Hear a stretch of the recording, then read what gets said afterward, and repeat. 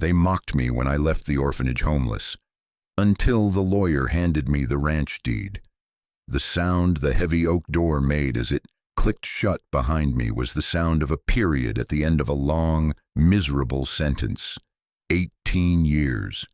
An entire life contained within gray walls, scheduled meals, and the constant low-grade hum of shared loneliness. I stood on the top step of the St. Jude's Home for Boys, a single battered duffel bag in my hand. It didn't contain much. A few changes of clothes, a worn copy of a book I'd read 100 times, and a faded photograph of a woman I was told was my mother. The sky was the color of dishwater, threatening a cold October rain. A gust of wind whipped a few dead leaves around my ankles, and I shivered, though I wasn't sure if it was from the cold or the sheer, terrifying emptiness of the moment. My entire world had just shrunk to the patch of cracked concrete I was standing on. A window slid open on the second floor, and a familiar, jeering voice cut through the air. "Look at him! King of the world, ain't you, Leo? Got your whole kingdom in that little bag." It was Marcus, his face a smug little knot of cruelty. A few other boys appeared behind him, their laughter like stones hitting glass. "Where you gonna go, huh? Got a penthouse waiting for you." I didn't turn around. I just stared straight ahead at the wrought iron gates that marked the edge of the property, the edge of everything I'd ever known. Their words were meant to hurt, and they did, but they were also confirming the very terror that was coiling in my stomach. I had nowhere to go. Zero. The state's parting gift was a bus token, $100 in cash, and a pamphlet on low-income housing with a 2-year waiting list. I was officially an adult, officially free, and officially, completely homeless. If you've ever stood on a threshold like that, with one life ending and no sign of another one beginning, then you know the feeling. It's a silence so loud it drowns out everything else. If this story is already hitting a little too close to home, do me a favor. Hit that subscribe button. This channel is for people like us, people who know what it's like to start from nothing. Your story matters here. Mrs. Gable, my caseworker for the last 5 years, came bustling out, her face a mixture of pity and professional detachment. She was holding a thin manila envelope. "Leo, this came for you, in the mail. Legally, I had to wait until the day of your release to give it to you." She pressed it into my hand. It was surprisingly heavy. My name was typed on the front next to the St. Jude's address. The return address was a law firm downtown, Abernathy and Sons. I'd never received a letter in my life. "What is it?" I asked, my voice barely a whisper. "I have no idea," she said, her duty done. She gave my shoulder a quick, awkward squeeze. "Good luck, Leo. Try to stay out of trouble." And with that, she turned and walked back inside, the great oak door clicking shut once more, this time with an air of finality that felt like a burial. I stood there for another minute, the laughter from the window fading as the boys lost interest. It was just me, the gray sky, and this strange, formal envelope. My hands were trembling as I tore it open. Inside wasn't a letter, but a single crisp business card and a short, typed note.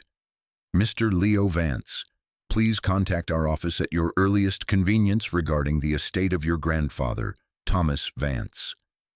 I read it 3 times. Grandfather, the word felt alien on my tongue. I had been told my parents died in a car crash when I was a baby. No one had ever mentioned a grandfather. I had always assumed I was a loose thread, a life that began and ended with me. The name, Thomas Vance, meant nothing, but the word estate sent a jolt through my numb body. It sounded important. It sounded like something that belonged to people who weren't me. I looked up at the window where Marcus had been, then down at the duffel bag at my feet. The $100 from the state wouldn't last 2 nights in a motel.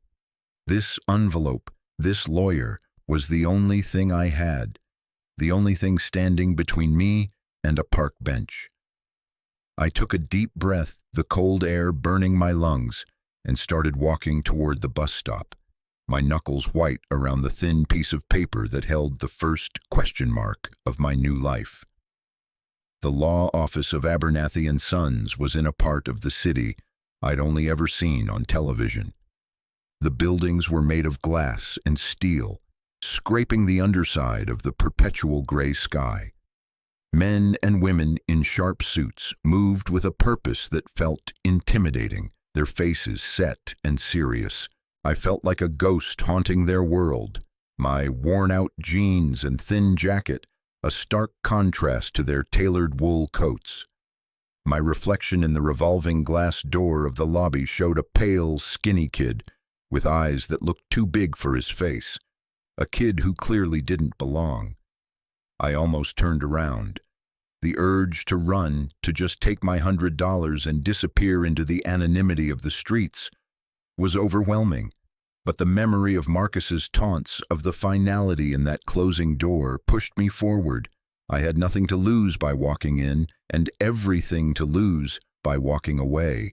The receptionist looked me up and down over the top of her glasses, her expression a carefully neutral mask that still managed to convey disapproval. "Can I help you?" she asked, her voice cool. "I'm here to see Mr. Abernathy," I said, my own voice sounding rough and unused. "I'm Leo Vance." Her eyebrows shot up for a fraction of a second before the mask was back in place. "Of course, Mr. Vance, he's expecting you. Please, have a seat."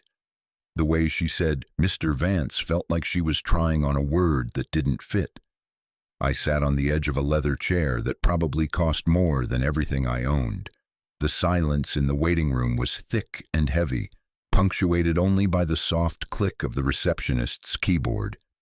I clutched the envelope in my lap, the paper now softened and creased from my nervous grip. After what felt like an eternity, an inner door opened and a man who had to be Mr. Abernathy stood there. He was older, maybe in his late 60s, with a fringe of white hair and kind, tired eyes. He wore a simple gray suit, not as sharp as the ones in the lobby, but it looked comfortable, lived in. "Leo," he said, his voice gentle, "I'm Arthur Abernathy. Please come in." His office was filled with books, floor-to-ceiling shelves crammed with thick, leather-bound volumes. It smelled of old paper, lemon polish, and faint pipe tobacco. It was the safest I'd felt all day. He gestured for me to sit in one of the two worn armchairs, in front of a large mahogany desk. He didn't sit behind the desk, which I was grateful for. Instead, he took the chair next to me, creating a sense of shared space rather than an interrogation.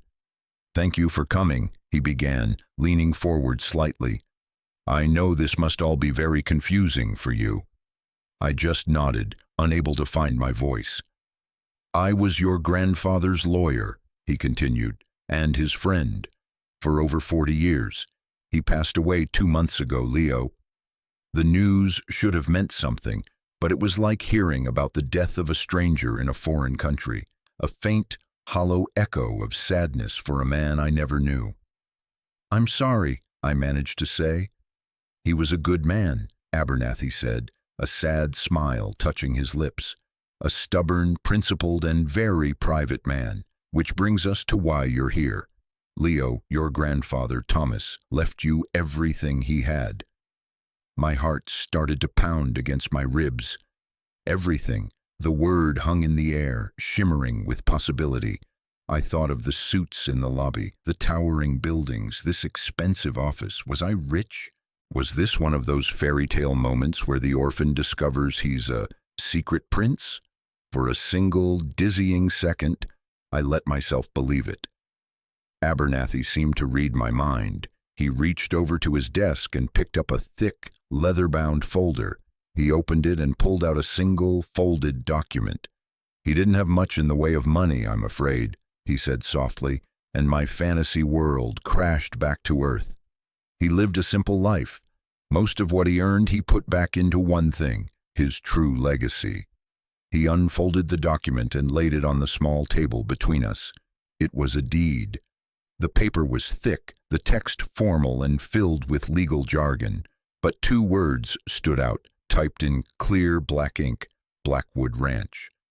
"He left you his ranch, Leo," Abernathy said. 320 acres, a house, a barn, and a whole lot of empty space. It's all yours." I stared at the paper. A ranch. I'd grown up in a concrete box.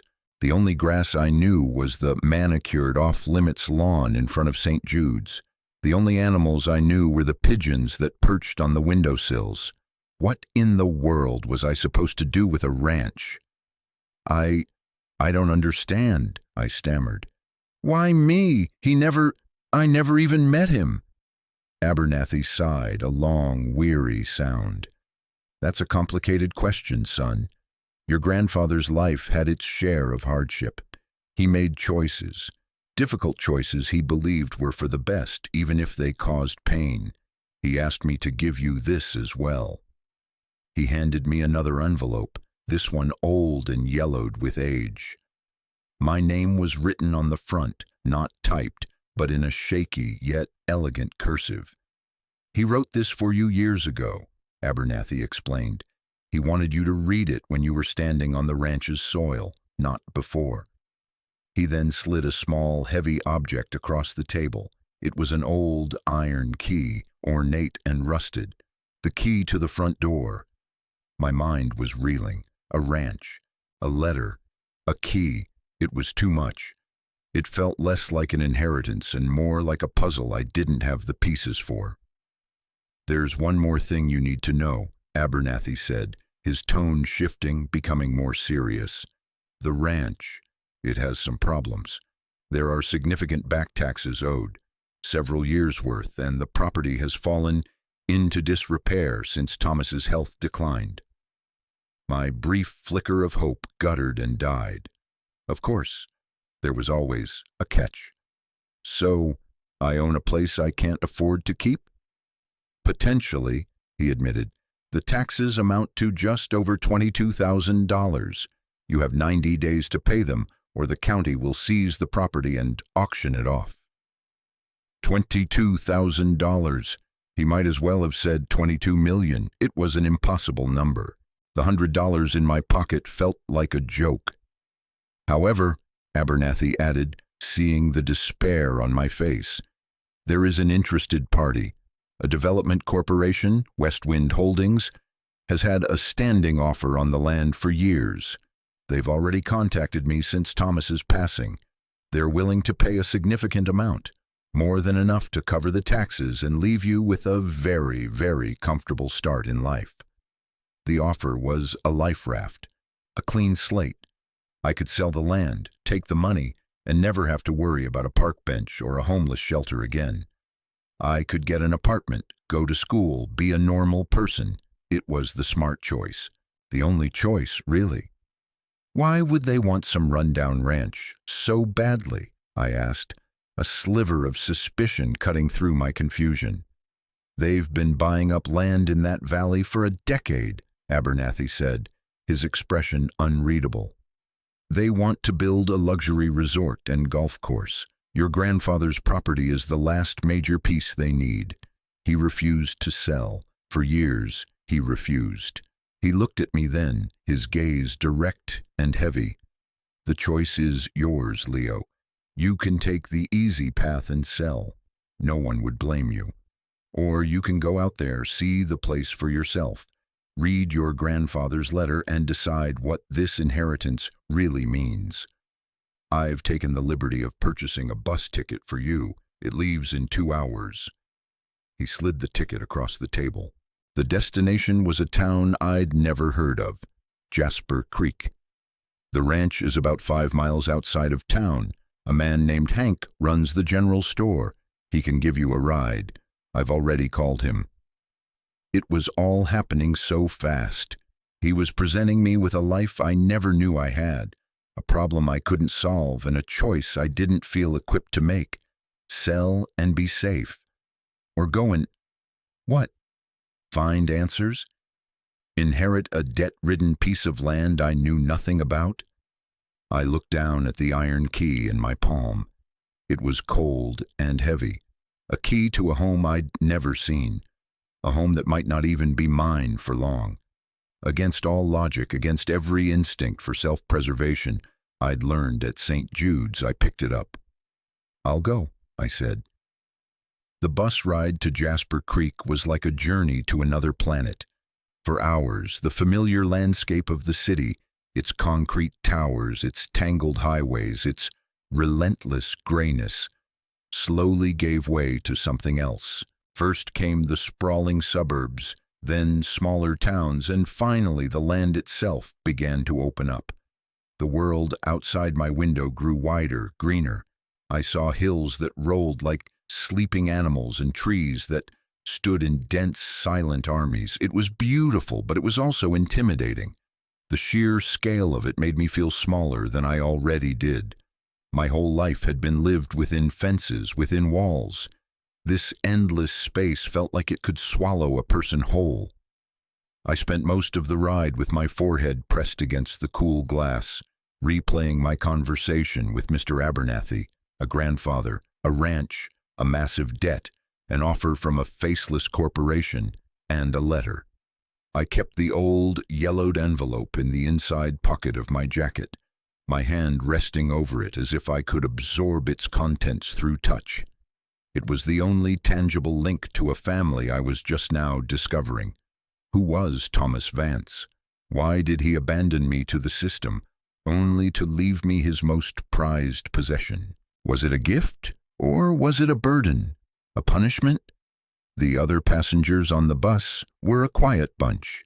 A young mother with a sleeping baby, an old man in a cowboy hat reading a paperback, a couple of teenagers listening to music on their headphones. They all seemed to belong to this world of open spaces. They looked comfortable in it. I felt like an imposter, a city kid who wouldn't know what to do with a blade of grass, let alone 320 acres of it. As the sun began to set, casting long shadows across the fields, the bus pulled into Jasper Creek. It wasn't so much a town as a single street with a handful of buildings huddled together against the encroaching wilderness. There was a gas station, a diner with a flickering neon sign, a post office, and a building with a faded sign that read, "Hank's General Store and Supplies." This was it. I grabbed my duffel bag, my legs stiff from the long ride, and stepped off the bus into the crisp evening air. It smelled different here, cleaner. It smelled of pine needles, damp earth, and something else, something wild. The bus pulled away with a hiss of its air brakes, leaving me alone in the sudden, profound silence of the small town. The street was empty. For a moment I was hit with the same wave of panic I'd felt on the steps of St. Jude's. I was a stranger in a strange land, with no one and nothing. Then the door to the general store opened and a bell tinkled. A man emerged, wiping his hands on a rag. He was built like a retired lumberjack, with a thick gray beard, a flannel shirt, and a warm, weathered face. "You must be Leo," he said, his voice a low, friendly rumble. It wasn't a question. "Arthur Abernathy called. I'm Hank. Hop in. I'll give you a lift out to the old Vance place." His pickup truck was old and dented, the cab smelling of coffee and sawdust. I threw my bag in the back and climbed into the passenger seat. The vinyl was cracked, but it was warm from the heater. "First time out this way?" Hank asked as he put the truck in gear and pulled onto the main road, heading out of town. "Yeah," I said. "First time out of the city, really." He nodded, glancing over at me. "It's different country, quieter. Takes some getting used to. Your granddad, Tom, he loved it. Couldn't stand the city. Said it was too loud for a man to hear himself think. He spoke about my grandfather like he'd just seen him yesterday. It was jarring. To me, Thomas Vance was a ghost, a name on a legal document. To this man, he was Tom." "You knew him well?" I asked. "Knew him my whole life," Hank said. "He was already an old man when I was a kid. Taught me how to fish down at the creek that gives this town its name. He was a good man, kept to himself mostly, especially the last 20 years or so. Got quiet, sadder. We drove in silence for a few minutes, the truck's headlights cutting a tunnel through the growing darkness. The paved road turned to gravel and the ride got bumpier. The trees grew thicker, their branches forming a canopy over the road. "He got real protective of that land of his," Hank said, breaking the silence. "Especially when that West Wind company started sniffing around. They tried to buy him out a dozen times, offered him a fortune. He told them to go to hell every single time, said some things are more important than money." He looked over at me again, his expression serious. "Heard they're talking to you now, offering you the same deal." I didn't know how to respond, so I just stared out the window. "It's your land, your choice," Hank said, as if sensing my discomfort. "Just thought you should know. That land meant the world to him. It was his whole life."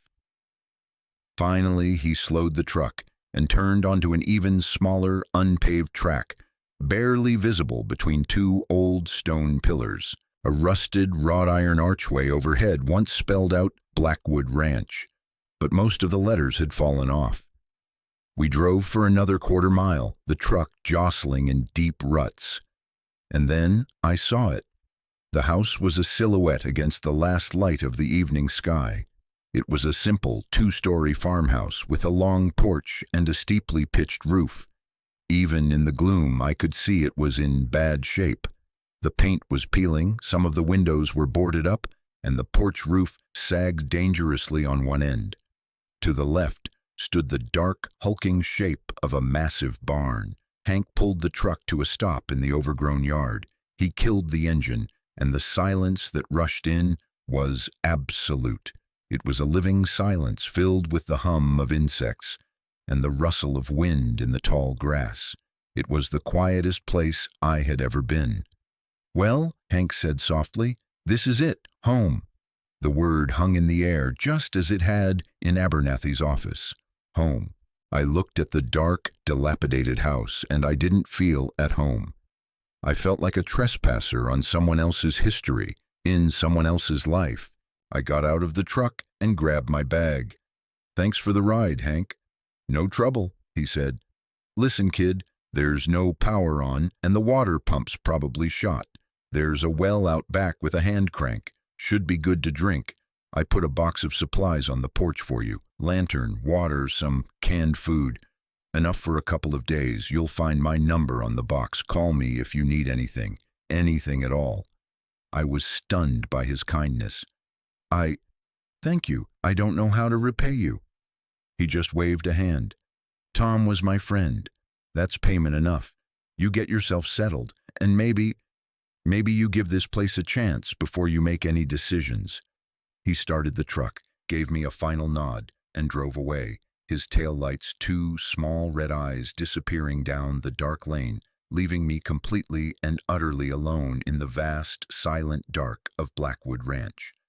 For a long time, I just stood there in the yard, listening to the sounds of the night. The city has its own noise, a constant mechanical drone that you learn to tune out. Here the silence was made of 1,000 tiny living things, the chirp of crickets, the mournful call of a distant owl, the whisper of the wind moving through the pine trees that ringed the property. It was both peaceful and deeply unsettling. The darkness was absolute, unlike the perpetual twilight of the city. The only light came from a sliver of moon and a breathtaking canopy of stars, more stars than I had ever seen in my life. They looked like diamond dust spilled across black velvet. It was beautiful, but it did little to warm the cold knot of fear in my stomach. Using the flashlight from Hank's supply box, I made my way to the porch. It groaned under my weight, and I stepped carefully, testing each board. The box was there as promised, along with a gallon jug of water. I found the lantern, a sturdy, old-fashioned oil lamp. My hands fumbled with the mechanism, but after a few tries, I managed to light the wick. A warm, golden glow pushed back the oppressive darkness, creating a small circle of safety. It wasn't much, but it was something. Now came the moment of truth. I pulled the old iron key from my pocket. It felt ancient and important in my hand. I walked to the front door, the paint cracked and peeling like sunburnt skin. The keyhole was dark and intimidating. I took a breath and slid the key in. It grated, resisted, and for a heart-stopping moment, I thought it wouldn't turn. I put my shoulder into it, pushing and turning at the same time. There was a loud, painful-sounding clunk as the old lock gave way. The door swung inward on a single, protesting hinge, opening into a wall of blackness that seemed to swallow the lantern's light. The air that flowed out was stale and thick with the smell of dust, decay, and forgotten time. It smelled like a tomb. I stepped inside, holding the lantern high. The entryway was empty except for a thick carpet of dust and cobwebs that hung from the ceiling like ghostly decorations. To my right was a staircase leading to the upper floor. To my left, a wide archway opened into what must have been the living room. I walked in, my footsteps unnaturally loud in the dead silence of the house. The room was dominated by a massive stone fireplace, its mantelpiece bare. Most of the furniture was covered in white dust cloths, making the chairs and sofa look like sleeping ghosts. Moonlight streamed in through a grimy window, illuminating the swirling dust motes my movement had disturbed. It was a sad, lonely place. It was clear no one had lived here, truly lived here, for a very long time. I explored the rest of the downstairs, a small dining room with a heavy wooden table, a kitchen that was a time capsule from another era, with a cast-iron stove and a deep porcelain sink. Everything was coated in the same layer of grime and neglect. There was no sign of the man who had lived here, no personal touches, no photographs, no clutter.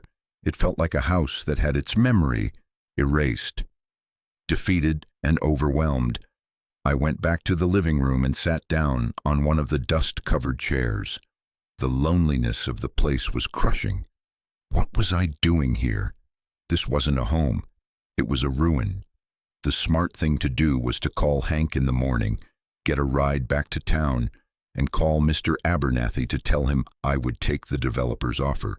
Sell the ghost house, sell the debt, sell the whole sad story, and walk away with a future. It was the only sane option. Then my hand went to my jacket pocket. The letter. Abernathy's instructions were clear.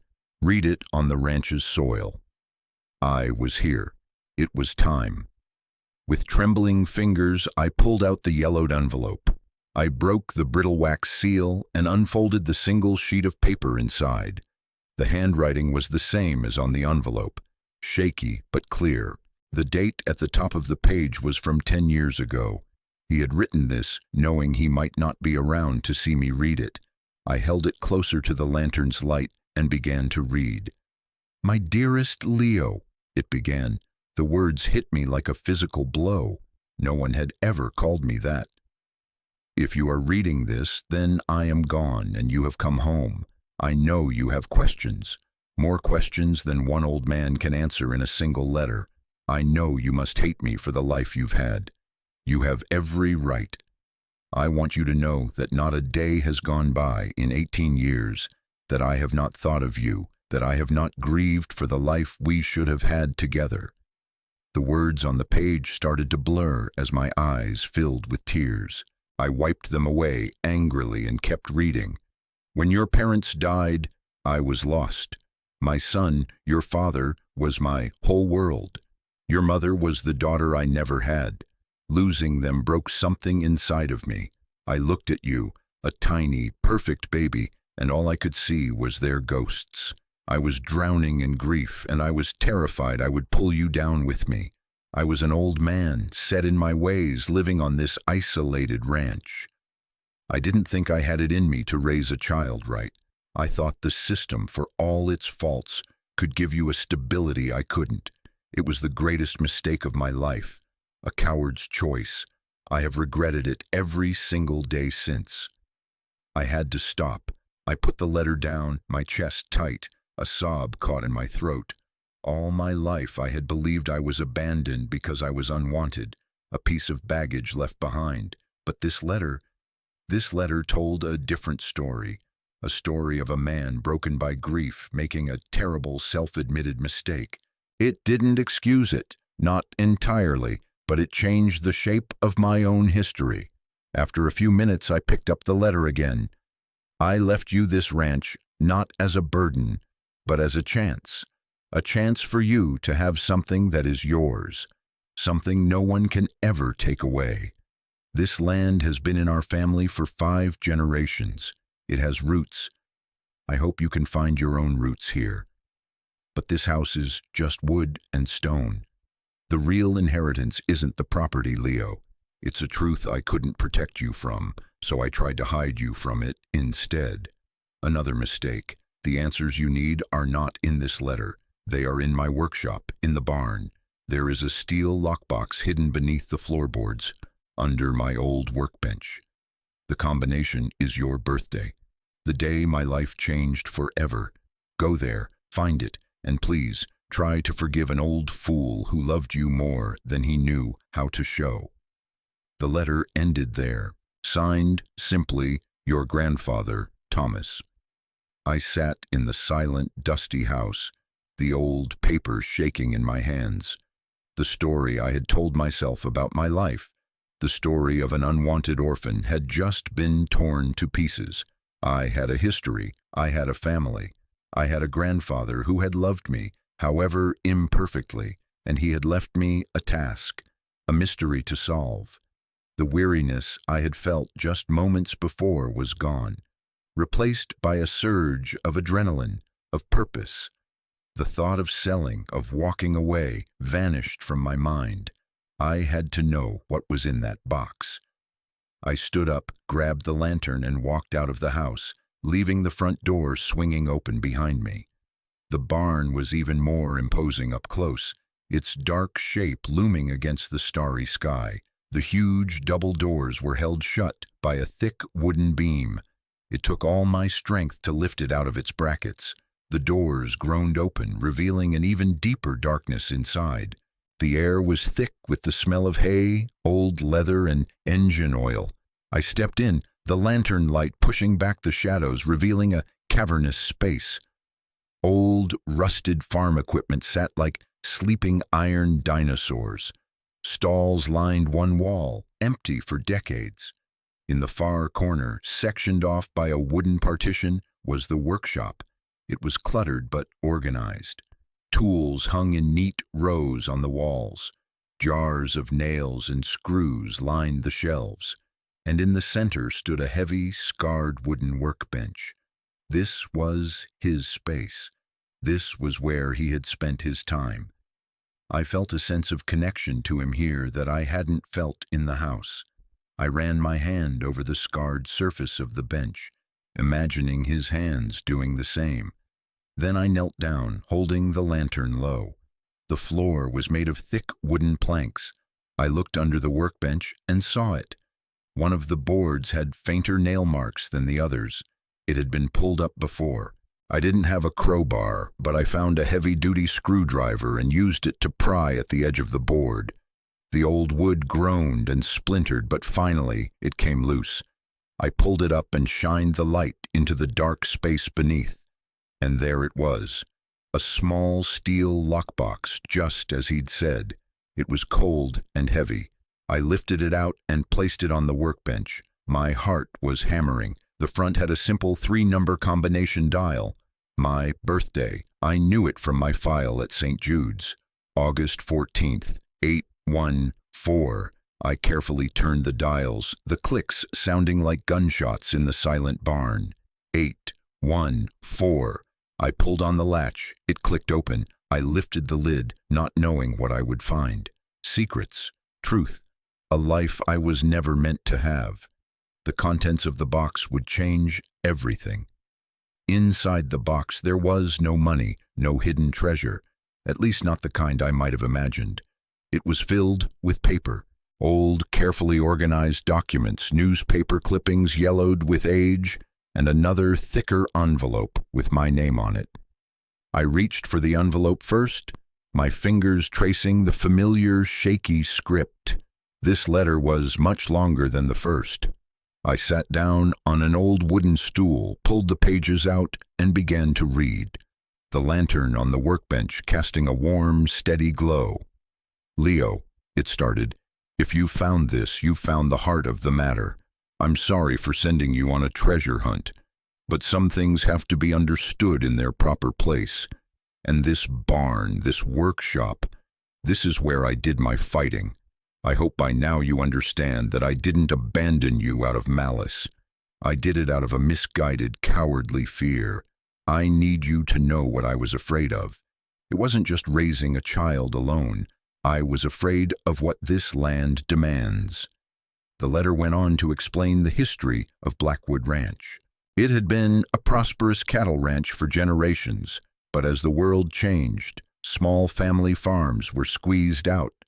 My grandfather had watched his neighbors sell off their land, piece by piece, to developers and corporations until he was one of the last ones left. He wrote about his love for the land, not as a commodity but as a living thing. He described the seasons, the wildlife, the feeling of working the soil with his own hands. It was a love letter to a way of life that was dying. Then the tone changed. About 15 years ago, West Wind Holdings came to the valley. They were charming, they made promises, they offered life-changing money. One by one, my neighbors sold. But I saw something in their eyes I didn't trust. I started digging. I'm just a simple farmer, but I know how to be patient and I know how to read the land. And I started to read them. My eyes scanned the page, my pulse quickening. He went on to describe his suspicions, how Westwind seemed to know exactly when a farmer was on the verge of bankruptcy, how small, inexplicable problems would suddenly plague the remaining farms, wells drying up, fences being mysteriously cut, access roads being blocked by legal challenges. He was convinced they weren't just buying land, they were forcing people out. The other items in the box were his proof. I put the letter down and started to sift through them. There were geological survey maps different from the official county ones. My grandfather had hired his own surveyor. His handwritten notes in the margins pointed to discrepancies. He believed Westwind had illegally drilled test wells on adjacent public lands, tapping into the aquifer that fed the entire valley and slowly draining it, creating artificial droughts to devalue the farmland. There were legal documents, copies of water rights filings from shell corporations, all tracing back to Westwind. There were sworn affidavits from 2 former Westwind employees who had quit out of guilt, their statements detailing the company's systematic campaign to pressure landowners. They described it as a war of attrition. And there were the newspaper clippings, small back-page articles about farmers losing their land to foreclosure, about unexpected crop failures, about the county mysteriously rezoning agricultural land for commercial development. Individually, they meant nothing. But together, laid out on the workbench under the lamplight, they painted a dark and damning picture. My grandfather had been collecting evidence for over a decade. He had been fighting a one-man war against a wealthy, powerful corporation. "This is what I was afraid of, Leo." The letter continued as if he knew I was looking at his evidence. "This fight consumed me. It made me paranoid, angry, and isolated. When your parents died, I knew Westwind would see you as a weakness, a lever to use against me. They would have come after you one way or another, so I made you disappear. I let the state take you. I let everyone believe I was just a bitter old man with no family left. I erased you to protect you. It was the hardest thing I've ever done, and I've paid the price for it in loneliness every day since." The final pages of the letter laid out the current situation. The back taxes I owed weren't due to neglect. They were a strategy. My grandfather had intentionally let them fall behind, knowing the county would eventually threaten foreclosure. He knew that would force Westwind's hand, making them reveal their true valuation of the property and creating a public record. It was his last desperate move in a long chess game. He was using his own death, and my inheritance as a final gambit. "Now, the choice I've given you is a terrible one," he wrote. "The man from West Wind, his name is probably Thorn, he will come to you. He will be smooth and reasonable. He will offer you a fortune, enough money to forget this place, to forget me, and to start a new, easy life. You can take it. If you do, their victory will be complete. Everything I fought for will be lost. The valley will be paved over, or you can stay. You can take this evidence to Arthur Abernathy. He knows what to do with it. You can take up the fight. But I need to be clear, son. It will not be easy. They will try to crush you. They have money and lawyers and influence. All you have is the truth and this land. I am not asking you to fight. I am only asking you to choose. Whatever you decide, know that your old grandfather is proud of the man you've become. You survived, and that in itself is a victory." The letter ended. I folded it carefully and placed it back in the box. I felt dizzy. My world completely upended for the second time in as many days. My grandfather wasn't a coward who had abandoned me. He was a warrior who had sacrificed his own happiness to protect me. He hadn't left me a burden of debt. He had left me a weapon, a legacy of defiance. The weight of it all settled on my shoulders. He wasn't asking me to fight. He was giving me permission not to. He was giving me an out. I could take the money and run. I could have the life I'd only dreamed of in my narrow bunk at St. Jude's. A life of security, of comfort, of not having to look over my shoulder. But as I looked around the dusty workshop, at the tools hanging on the wall, at the evidence of a 15-year struggle laid out before me, I knew I couldn't. Walking away would feel like a betrayal far greater than the one I had once imagined he had committed against me. It would mean that his entire life, his lonely, stubborn fight, was for nothing. It would mean letting the bullies win, and I was tired of letting bullies win. At that moment, a sound from outside startled me. Headlights. A car was coming up the long, unpaved lane. My blood ran cold. A sleek, black sedan, utterly out of place in this rustic setting, pulled into the yard and stopped beside Hank's old pickup truck. A man in an expensive suit got out. He was tall, with perfectly styled silver hair, and a smile that didn't reach his eyes. Even from a distance I knew who he was. Mr. Thorn, West Wind Holdings, had arrived. I stood up, my legs unsteady, and looked at the box of evidence on the workbench. My grandfather's choice was no longer a theoretical dilemma on a piece of paper. It was here, in my yard, ready to make me an offer. Now I want to pause the story for a moment and talk directly to you. Have you ever been at a crossroads like that? A moment where you're presented with two paths. One is easy, paved, and leads to safety and security. The other is a dirt track heading into a dark forest, filled with uncertainty and struggle, but it's the path that feels right, the one that aligns with who you want to be. I think we all face choices like that, big or small, the choice between what is easy and what is right. It's in these moments that our character is forged. For me, standing in that barn with a box of secrets in front of me and the devil in a fancy suit walking up to my house, it felt like the first real choice I'd ever made in my life. Everything before had been about survival, about reacting. This was about deciding. If you've ever had to make a choice like that, I want you to know you're not alone. This community we're building here is for people who understand that the hardest paths often lead to the most meaningful destinations. Take a second to hit that like button if this resonates with you, and maybe even drop a comment below about a tough choice you've had to make. Your story could be the light someone else needs to find their way through the woods. Now, let's get back to that night at the ranch. I stayed in the barn, hidden in the shadows, and watched as Mr. Thorn walked up to the front porch. He knocked on the doorframe of the open door. "Hello?" he called out, his voice smooth and confident. "Mr. Vance, Leo, my name is Daniel Thorn. I'm with West Wind Holdings. I was hoping we could have a word." When there was no answer, he stepped inside the house, his expensive shoes crunching on the dusty floor. I could see his silhouette moving past the windows. He was trespassing, but with an air of ownership, as if the deal was already done and he was just inspecting his new property. Anger, cold and clear, rose in me. This man, his company, was the reason for my entire life's trajectory of loneliness. He was the ghost that had haunted my grandfather and, by extension, me. I closed the lid of the lockbox, a sense of grim determination settling over me. I wasn't a scared kid anymore.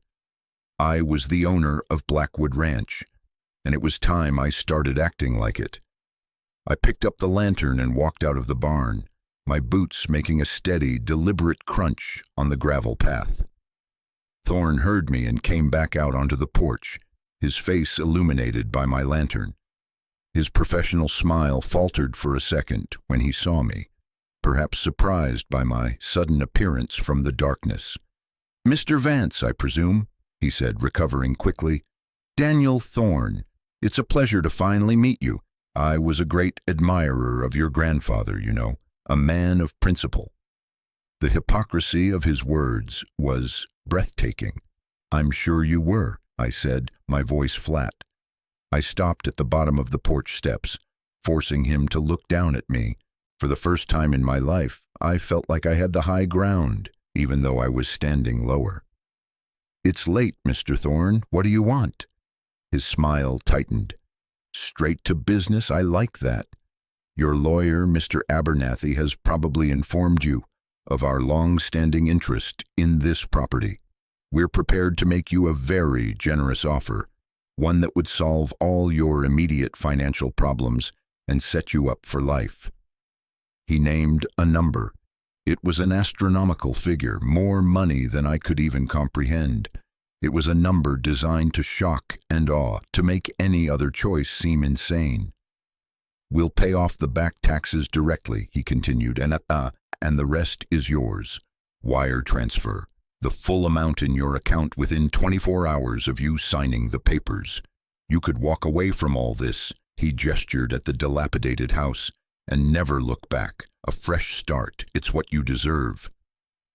He was selling me the dream, the easy way out, the exact choice my grandfather had laid out for me. But hearing it from his lips, it sounded cheap, hollow. "Why do you want this land so badly?" I asked, my voice steady. Thorne chuckled, a condescending sound. "Progress, my boy, progress. We're building a community, a beautiful resort that will bring jobs and prosperity to this entire valley. Your grandfather, bless his heart, was stuck in the past. He couldn't see the bigger picture." "The bigger picture," I repeated, my gaze unwavering. "Does the bigger picture include draining the valley's aquifer through illegal test wells? Does it include pressuring farmers into foreclosure by sabotaging their operations? Does it include filing frivolous legal challenges through a dozen different shell corporations?" The smile vanished from Thorne's face. His eyes, which had been professionally pleasant, turned to chips of ice. The friendly mask was gone, and I was seeing the man my grandfather had been fighting for 15 years. "I don't know what you're talking about," he said, his voice dangerously quiet. "You're a kid who just inherited a piece of dirt. You're in over your head. I'm offering you a life raft. I suggest you take it." "This isn't a piece of dirt," I said, my voice rising with a strength I didn't know I possessed. "This is my home, and it's not for sale." Thorne stared at me for a long moment, his jaw tight. He was reassessing me, realizing I wasn't the simple, desperate orphan he had expected. "You're making a mistake, son," he said, his voice laced with menace. "A very big mistake. That offer won't be on the table forever. You think you can fight us? Your grandfather tried for years, and all he has to show for it is a rundown farm and a pile of debt. You'll lose this land to the county, and we'll buy it at auction for a fraction of what I'm offering you now. Don't be a fool." "Get off my property," I said. The words felt good. They felt powerful. They felt true. He held my gaze for another second, then gave a short, humorless laugh. He walked down the steps, stopping right in front of me. He was taller than me, broader, and for a second I flinched, expecting him to get physical. But he just leaned in close, his voice a venomous whisper. "Have it your way. But when you're sleeping on the street again, remember this conversation. Remember the choice you made." He turned without another word, got into his expensive car, and drove away, leaving a cloud of dust to settle in the quiet yard. I stood there, my heart pounding, the lantern in my hand shaking. The confrontation had left me drained, but also exhilarated. I had faced the dragon, I hadn't flinched, and I had won the first battle. I looked from the disappearing taillights of his car back to the dark, silent house. It didn't look like a ruin anymore. It looked like a fortress, my fortress, and the fight for it had just begun. The next morning, I woke up with the sun. I had slept on the dusty sofa in the living room, wrapped in an old blanket I found in a closet. It was the deepest, most peaceful sleep I'd had in years, despite the hardness of the couch and the unfamiliar sounds of the country night. For the first time, I wasn't waking up to a bell or the sound of footsteps in a dormitory hallway. I was waking up in my own home. I went out onto the porch with a cup of water from the jug Hank had left. The world looked completely different in the daylight. The ranch was nestled in a wide, beautiful valley, surrounded by rolling hills covered in a mix of pine forest and golden pasture land. A creek, presumably Jasper Creek, snaked its way through the bottom of the valley, glittering in the morning sun. The air was so clean it felt like I was breathing for the first time. The house and barn were still dilapidated. There was no denying that.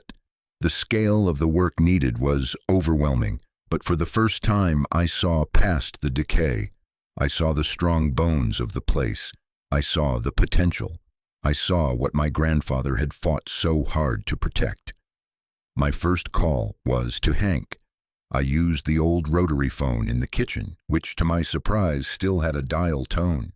I thanked him for the supplies and asked if he knew anyone who could take a look at the generator and the water pump. He said he'd be over himself after lunch. My second call was to Arthur Abernathy. I told him everything about the letters, the lockbox, the evidence my grandfather had collected, and about Thorne's visit. There was a long silence on the other end of the line. "He kept all of it," Abernathy finally said, his voice thick with emotion. "That stubborn old man.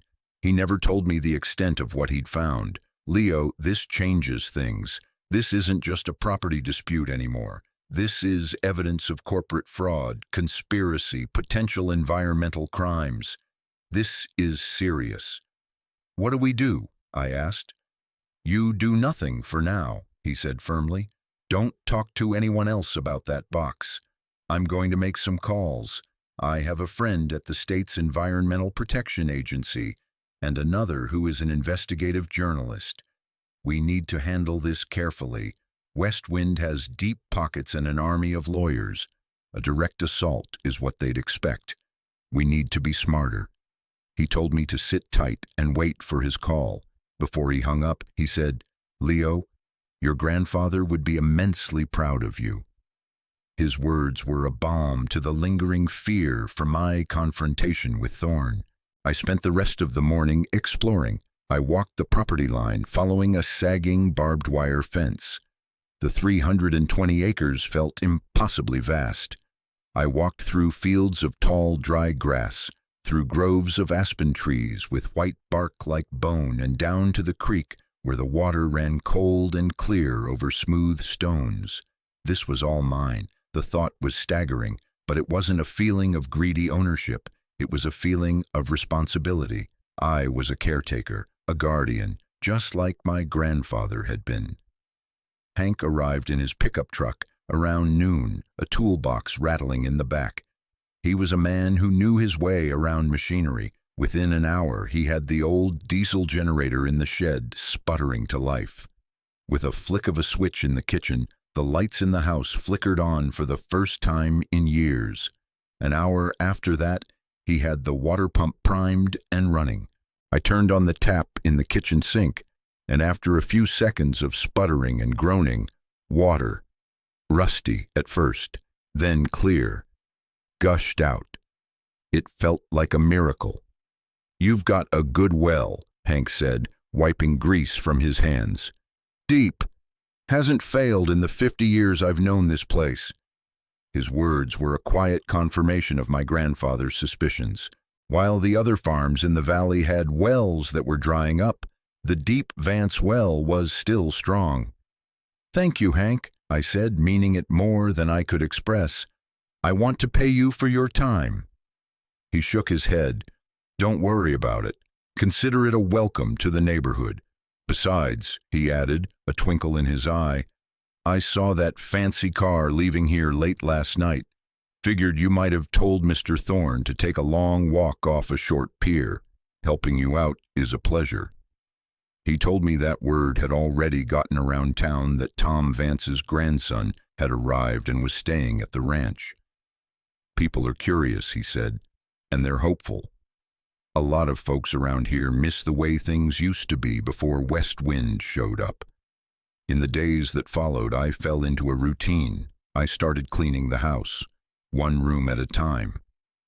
It was a monumental task. I swept away years of dust, scrubbed floors, washed windows. With each bit of grime I removed, it felt like I was letting the house breathe again. I was bringing it back to life, and in the process, it was bringing me to life. I found more traces of my grandfather, a set of woodworking tools worn smooth from use, a shelf of old books on agriculture and engineering. In a drawer in his bedroom, I found a small framed photo face down. I turned it over. It was a picture of a young, smiling couple standing in front of the ranch house. The man had my eyes. The woman was the same one from the faded photograph I kept in my duffel bag, my parents. And standing between them, his hands on their shoulders, was a younger, happier-looking Thomas Vance. I had a family. I had a face to put to the stories. I put the photograph on the mantelpiece in the living room. It was the first personal touch I added to the house. It made the room feel less empty. A week later, Mr. Abernathy called back. His voice was different. It was energized, excited. "We've got them, Leo," he said. "The evidence you found was the missing link. My friend at the EPA ran the geological data. It strongly supports the theory of the illegal drilling and aquifer drainage. And the journalist, well, he's found 2 more former West Wind employees willing to go on the record, now that they know they're not alone. The story is going to break next week. It's going to be big." The relief was so intense, it made my knees weak. So what happens now? "Now we let the storm hit," Abernathy said. "The state will launch a formal investigation. There will be lawsuits. It's going to be a long, messy process, but their plans for the resort are dead in the water. You've saved the valley, Leo." The weight of his words took a moment to sink in. I hadn't just saved a piece of land. I had saved a community, a way of life, just as my grandfather had hoped. "The fight's not over," Abernathy cautioned. "They'll still come after you over the back taxes, but now you have allies." He was right. The day after the story broke in the state's biggest newspaper, a car pulled up my lane. It wasn't a black sedan. It was a dusty SUV. A woman got out. She introduced herself as Mary Ann, my neighbor from the next ranch over. She was holding a freshly baked apple pie. "I knew your grandfather," she said.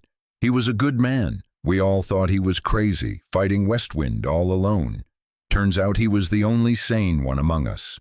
We're starting a community fund to help you with the legal fees and the back taxes. People want to help. You're not alone in this." Over the next few days, more people came. Farmers, shop owners from town, people who had been forced to sell to West Wind and now had a chance to seek justice. They brought food, offered to help with repairs on the ranch, shared stories about my grandfather. They didn't see me as an outsider, an orphan from the city. They saw me as Tom Vance's grandson, as one of them. I had spent my entire life feeling utterly alone, and now, in the middle of nowhere in a rundown house on a piece of land I hadn't even known existed a few weeks ago, I was surrounded by a community. I had found my place. I had found my home. The months that followed were a whirlwind of activity. The legal battle with Westwind Holdings was exactly as Mr. Abernathy had predicted, long and messy. They filed countersuits. They tried to bury us in paperwork. They attempted to discredit my grandfather's evidence and the testimony of the whistleblowers. But the truth, once it was out, was a powerful thing. Public opinion was firmly on our side, and the state's investigation continued to uncover more of their corrupt practices.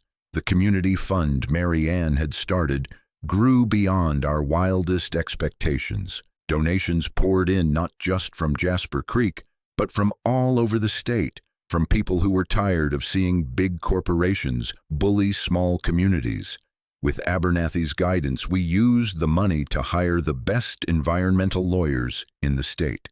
We paid off the back taxes in full, securing my ownership of the ranch once and for all. The day I walked out of the county courthouse with the clear deed in my name was a day I will never forget. It was a victory not just for me, but for my grandfather. His long, lonely fight had been vindicated, but the real work, the work that truly mattered to me, was happening on the ranch itself. With the help of my new neighbors, I began the slow, arduous process of bringing Blackwood back to life. Hank was there almost every day, teaching me the basics of carpentry, plumbing, and engine repair. We re-roofed the house, replaced the rotting porch boards, and put new glass in the windows. Mary Ann's husband, a cattleman named George, helped me mend the miles of broken fences. He showed me how to read the land, how to know where the grass grew richest, how to manage the pastures sustainably. He even gifted me my first 5 head of cattle to start a small herd. People from town would come out on weekends for work parties. We'd raise a wall on the barn, clear fields of overgrown brush, and then share a big meal on the porch as the sun went down. The house was filled with laughter and conversation. It was no longer a sad, empty shell. It was a home, alive and breathing. I was learning how to work with my hands, how to be self-sufficient. But more than that, I was learning what it meant to be part of something bigger than myself. I was learning about trust, about mutual support, about the quiet strength of a community that stands together. I was no longer just Leo Vance, the orphan. I was Leo Vance of Blackwood Ranch. My identity was tied to this land, to these people. I found a new kind of peace in the hard physical labor and the simple rhythm of life on the ranch. Waking up before dawn, feeling the satisfying ache in my muscles at the end of the day, watching the seasons change across the valley. It was a life of purpose, a life connected to the earth. It was the life my grandfather had wanted for me. One evening, about a year after I first arrived, I was sitting on the newly repaired porch, watching the sunset paint the sky in shades of orange and purple. The house was warm behind me, the lights glowing in the windows. The fields were green and lush. The small herd of cattle was grazing peacefully by the creek. It was a scene of such profound peace and beauty that it brought tears to my eyes. Mr. Abernathy had driven out from the city to give me an update. West Wind, facing mounting legal pressure and a PR nightmare, had finally folded. They had agreed to a massive settlement with the state and the affected farmers. Their resort project was officially dead, and Daniel Thorne had been fired by the board of directors. The war was over. We sat there in comfortable silence for a while, just watching the day end. "He would have loved to see this," Abernathy said quietly, gesturing to the ranch. "He always dreamed of you being here, you know. He just didn't know how to make it happen without putting you in harm's way." "He did make it happen," I said. "He just had a very complicated plan." I thought about the journey I had been on. From the hopeless kid on the steps of the orphanage to the man I was now, sitting on the porch of my own home, surrounded by friends, with a future I was building with my own two hands. My inheritance hadn't been the land itself. It wasn't the money from the settlement or the victory in court. My real inheritance was the choice my grandfather gave me. The choice to fight for something. The choice to put down roots. The choice to build a life of meaning rather than a life of ease. He gave me a chance to become the man I was always meant to be. He gave me a home, not by handing me a key, but by showing me how to build one for myself. The scars from my past haven't disappeared. They never will. They are a part of who I am. But they no longer define me. They are just lines on a map that shows how far I've come. This ranch, this valley, this community, they are my present and my future. And as I looked out at the land, I felt my grandfather's presence, not as a ghost of the past, but as a quiet, steady part of the landscape itself.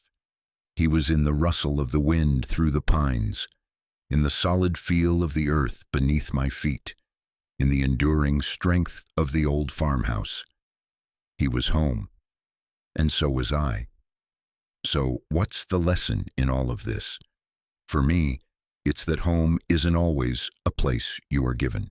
Sometimes it's a place you have to find, a place you have to fight for, a place you have to build from the ground up. It's about choosing where you belong. My grandfather's legacy wasn't just a piece of property, it was a second chance. A chance to rewrite my own story from one of abandonment to one of belonging. And maybe that's a truth for a lot of us. Maybe we all have the power to take the broken pieces of our past and build something new, something strong, something that is truly our own. It's not about forgetting where you came from, but about not letting it be the only thing that defines where you're going. The world can be a hard place. It can make you feel small, powerless, and alone. But as I learned in that dusty barn, and in the months of hard work that followed, you are never truly alone when you are fighting for something you believe in. Community, purpose, a connection to something bigger than yourself. These are the things that give us strength. These are the things that turn a house into a home. This story is my own, but I know the themes are universal. The search for belonging, the fight against injustice, the power of a second chance.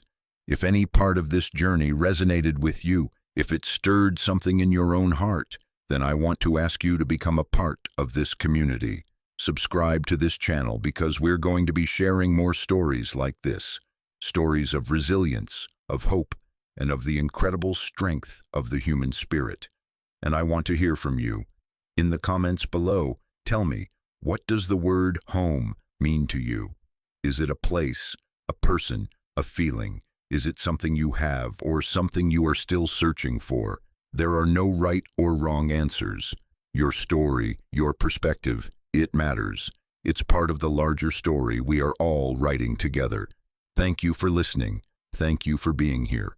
And remember, no matter where you are on your journey, you have the power to build your own home. You just have to be brave enough to pick up the tools and start.